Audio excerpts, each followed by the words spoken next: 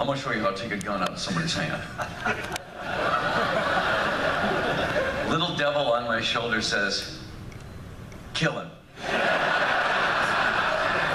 And for a second I went, wow, that would be the biggest rock news of all time. And then the little angel finally, goes, wound him. Don't kill him, just wound him. By the time I could decide the gun was over there, I was on the floor, his boots in my throat. It's good, Elvis, can I get up now? But it was, and I realized that the one thing, he lived in this little world. Very small world, because the colonel would never let him out of that world. He had all these guys around him, and he could have anything he wanted in a room about this size, let's say, and he realized that if you're confined on any level, you're going to find a way to kill yourself. I don't care if it's eating, drugs, guns, women, something. You're going to find a way to kill yourself, which he did. He ate himself to death, and he drugged himself to death. And same with Michael Jackson. And I said right then in my head, I never want to get that big. I don't want to get so big that I can't leave my room. Yeah, I thought the nice climax of that story was when he had you down on the floor with his boot in your face, and you were going, thank God, now I'm not going to get shot by a bunch of security guys coming in the room. Well, the Memphis Mafia's in the other, they're in the other room. And I said, they're going to walk in here and, shoot me full of holes. They're going to see Alice Cooper with a gun pointed at Elvis.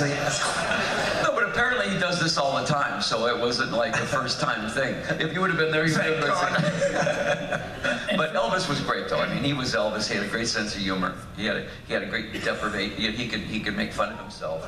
Yeah. Something wrong with my lip. Yeah.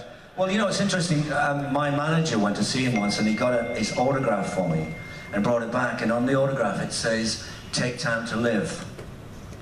And I thought, wow. Actually, I thought, well, what does that mean? Elvis Presley, take time to live. And it was like he was sending out a message to another, a would-be up-and-coming singer to say, take time to live, because maybe he hadn't done, He was totally under control of the colonel. Yeah. And the colonel was not a great guy. He was probably a good manager, but not a great guy. Yeah. He says, do you want to see my most prized possession? This is what really got me. And I said, sure. So he said, come on in here. We go in the bedroom. He closes the door. Now I'm in a bedroom with Elvis. And I'm going, what's the devil saying now? Wait a minute. If Rock Hudson, I got fooled by Rock Hudson, And so all of a sudden he pulls out this envelope, takes it out, and it's a bunch of x-rays. And he says, what happened here was, so I was coming out of the Hilton in the back parking lot here, and these three drunk boys wanted to fight me. He says, and so I called my boys off, and I fought all three of them. Because he was a karate guy. He said, I broke this guy's shin right here. He said, and I swung around and hit this guy. And he had the x-rays of these guys. Of the victims. And this was his connection to the outside world, with these x-rays. And that's right then when I went, uh-oh. So this guy is really already swirling out of control, And that was in '71. So you can imagine, all the stuff that went on after that. But I mean, can you imagine that was his connection to the outside world, was fighting three guys. He probably bought them all Cadillacs afterwards, but he had the x-rays of how he fought them. Wow. What about for you, Paul? Any heroes of yours that you have had the opportunity to meet or would like to meet, or a situation like Alice where would you like to meet so-and-so and you were brought up to whether a suite or to a recording studio? I can't match that, actually. I don't think many people have met Elvis and pointed a gun at him. Not really, no. No. Oh, good. Well, speaking of heroes, heroes to the both of you guys, in numerous conversations that I've had with the both of you are the Beatles. And about 5 or 6 years ago, Paul, you and I, you did the KLOS radio Christmas show in Los Angeles. And we were talking backstage, and you said you just had come the day before or so from recording a track for a Paul McCartney tribute album. So, of course, being the news reporter that I am, my years went up. I said, well, what did you do? He goes, let me roll it. And you were the only person to have said anything about that tribute album until this past fall when it finally came out. It is called The Art of McCartney, and you also are on this album. And you have described yourself in seeing Paul McCartney in concert as a 16-year-old girl at the foot of the stage screaming. Right. You've told me that before. They started with I saw her standing there. Yeah. I had no control of that. You know, because that when I was 16, they affected me that much. The Beatles affected me that much. Yeah, yeah. Those songs really, really, they did it for me, and they still do, actually. Yeah, they still do. Well, for many people in the United States, the first introduction was the Ed Sullivan Show. What about for you in England, Paul? When did you first become aware of them? Well, the Beatles, actually, the first time I saw the Beatles was when they released Love Me Do, and they were on a program in England, and it wasn't really a major hit. I think it reached number 12 or something in the charts. But it was something about them even then, straight away I thought, wow, these guys are cool, you know. Love, love me do. And then Lennon plays that harmonica. Wah, wah, wah, ba-da. Then he does that Lennon grin. And I thought they were great right from the start. And was it indeed the Ed Sullivan Show for you? I was painting my house. I was 15 years old, 16 years old, painting the house, and the radio was always on. And we were fans of the Beach Boys, the Four Seasons, those were our bands, you know. And all of a sudden, I heard, da-dum, da-dum, she loves you, yeah, yeah. And I went, I said, what was that? Yeah. An hour later, I heard, please, please me, oh yeah. And I went, what? It was like an invasion. It was like something I'd never heard before. It was all brand new. It had energy. It was up. So much joy is in it. It was harmonies. And then every single song was better than the last one. You know, and you'd never heard that before. We used to have these little top 40 charts. You remember those, you know, at your KRIZ, KRUX, top 40. And you always check to see how your favorite song was doing on that. And I picked it up, and the top 10 are all Beatles songs. And I went, good. This changes everything, you know. And I think right then is when I went, I don't really want to work at a gas station. Not really mentally prepared for that. I could do this, you know. I'd hate to think what the devil on your shoulder would tell you to do at a gas station. Either of you ever seen them in concert? The Beatles. I never saw the Beatles. No, I never saw them live, but I did play at the Cavern once, and I was amazed, actually, years later, at the size of the stage. I mean, the size of the stage is like that. I mean, it's from here to there, to that speaker. It's a tiny little stage. And to stand on it, where really the hair stand on the back of your neck, because you think, wow, from this place, in this cavern, it's really just an old wine cellar from the way old days. They went out and they changed the world. You know. Well, you have to remember the bands like Paul, myself, the Beatles, I don't care who it is, all started as cover bands. I mean, every one of us started out doing 70% of our material, 80% was covers. Mm-hmm. So we learned the Beatles, that's how you learned Chuck Berry first, was probably 101. Then you learned the Beatles, the Stones, the Kinks, the Yardbirds, all these bands were our education. That's how we learned how to play. We had no idea that the Rolling Stones were selling us back our own music. I thought the Stones wrote all those songs. And then I started looking at them and I said, who's Willie Dixon? You know, and I realized that all these guys were all the old blues guys.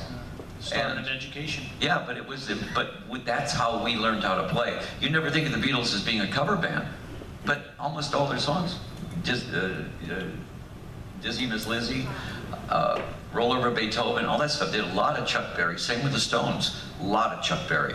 He was sort of the real rock and roll architect.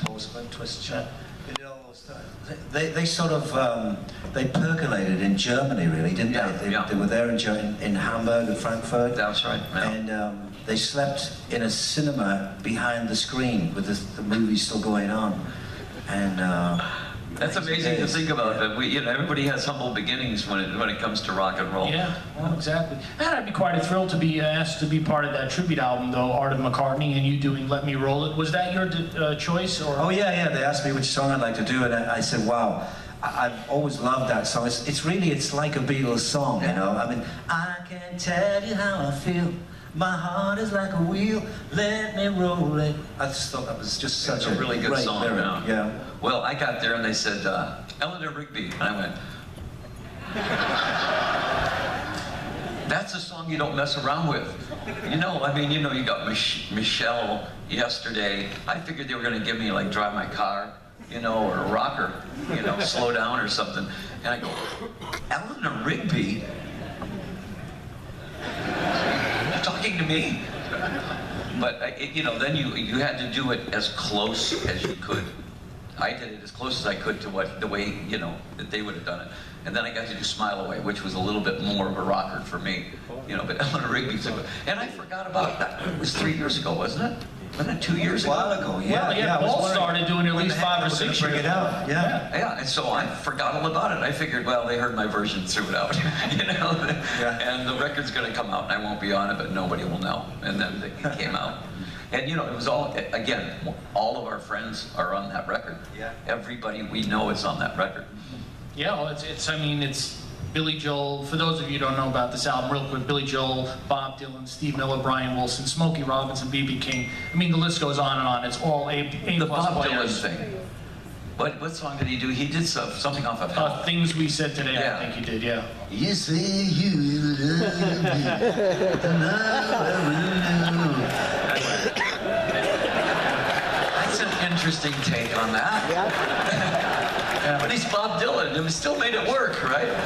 You could sing the phone book and it would sound good. No, exactly right. Well, now I have to follow this up with McCartney now.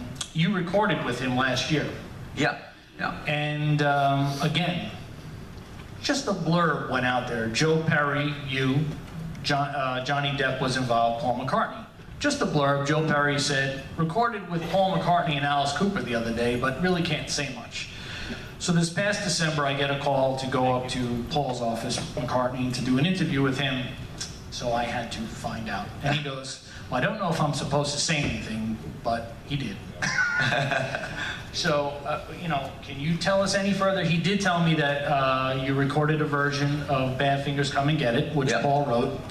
It is for the Hollywood Vampires project you have coming out, but he mentioned that Johnny Depp was putting together something, so I'm assuming a documentary. Is this something you can talk about? What it really is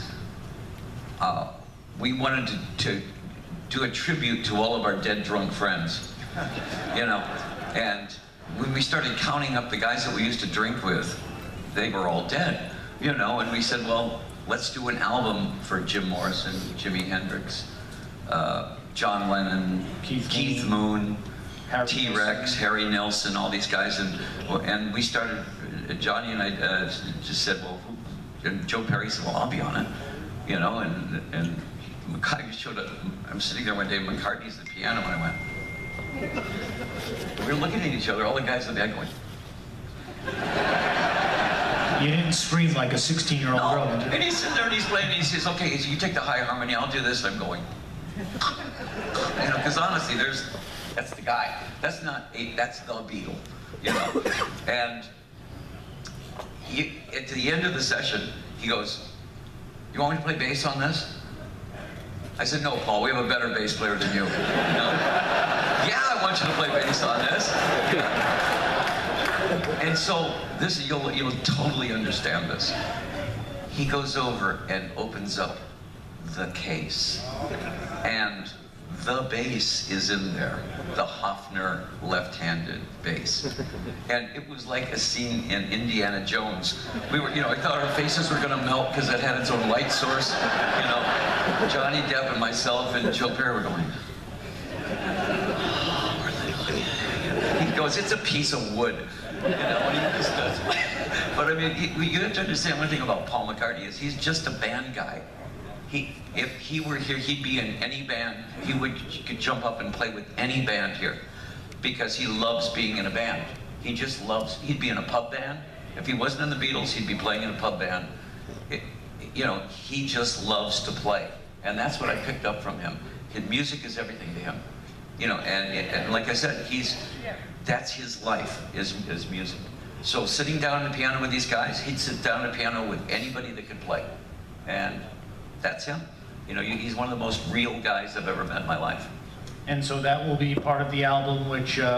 dedicated to all of our dead drunk friends. Yeah. You've been working on it. Yeah, we do 4 of the songs tonight. Yeah, you did the other night. I know, it was tremendous. Yeah. And but I mean, it'll be out this year. And okay.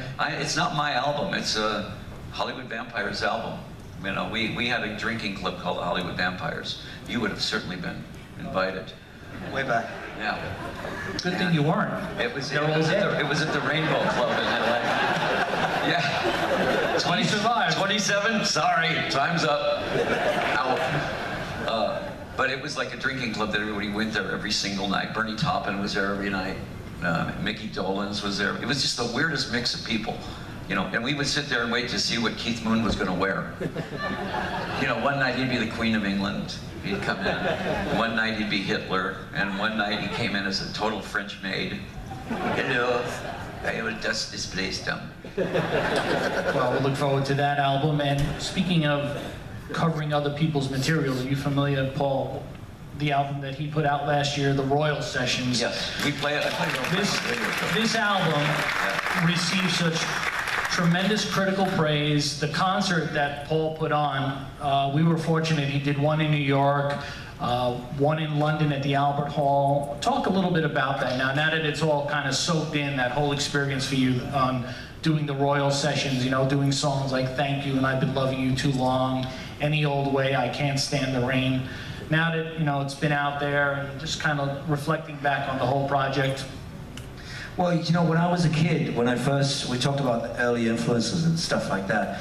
When I first was listening to music, I discovered Otis Redding, you know, amongst all of the other great people, like a range from Muddy Waters through to the Beatles. And Otis Redding was really very pivotal for me, because when I heard his voice, I just thought, wow, that's the way you do it, you know. And I always wanted to cover some of those songs. And so the opportunity came for me. My producer, Perry Margolov, called me up and said, look, I'm in Memphis, and I'm at the Royal Studios, and the place is just as it was in the old days, and all the session musicians are standing by. Do you want to do a couple of tracks? So I just jumped on a plane and went straight down there.